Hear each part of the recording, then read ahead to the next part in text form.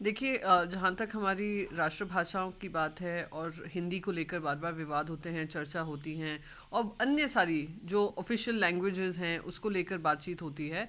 तो ये बात में कोई शक नहीं है कि हमारी भाषाएं बहुत ज़रूरी हैं, और उन भाषाओं का संरक्षण करना, भाषाओं को बढ़ावा देना, ये हमारे सारे देशवासियों की जिम्मेदारी है।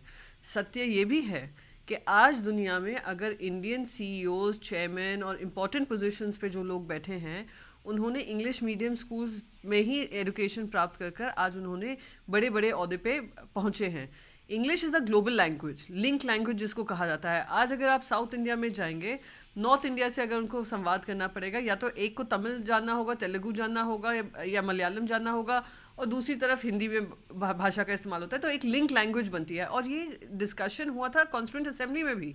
ये डिस्कशन हुआ था जब भारत को जब हमने इंडिपेंडेंस भी जीता था। तो लिंक लैंग्वेज के तरीके से अगर इसको रख रहे हैं, और ग्लोबल लैंग्वेज इंग्लिश है, मानी जाती है, तो आई डोंट थिंक सो इसमें किसी तरीके की राजनीति ढूंढनी चाहिए।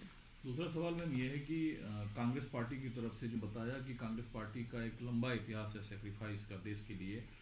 भाजपा कुछ गिना नहीं सकती, भाजपा की झोली में कोई ऐसा नाम नहीं है जिन्होंने देश के लिए कुछ किया हो, लेकिन उस कड़ी में और भी कई पार्टीज हैं जिसमें खासकर रीजनल पार्टियां होती है।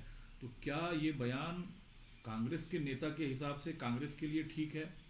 देखिए, हर पार्टी हो या पार्टी से ना भी जुड़े हुए लोग हों, जब आज़ादी की लड़ाई लड़ रहे थे, सभी लोगों ने बलिदान दिया है किसी ना किसी तरीके से।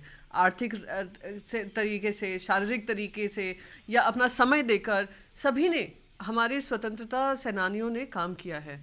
तो उनको किसी खेमे में बांटना, या देश के जो लोग हैं उनको किसी खेमे में बांटना, मैं सही नहीं मानती हूँ। पर बात ये भी सत्य है कि आज अगर भारतीय जनता पार्टी का इतिहास 1980 के दशक के बाद का बना हुआ है, उससे पहले भारतीय जनता पार्टी अगर हम आरएसएस के रूप में देखते हैं, तो आरएसएस ने किसी तरीके से, जब आज़ादी की लड़ाई लड़ रहे थे, किसी तरीके का उनका योगदान नहीं रहा है।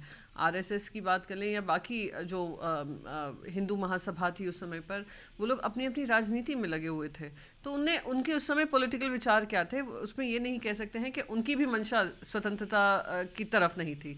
सबके अलग अलग तरीके थे आज़ादी पाने के, और सभी का योगदान रहा है। तो किसी को कम में आंकना, किसी को ज़्यादा दिखाना, ये गलत रहेगा।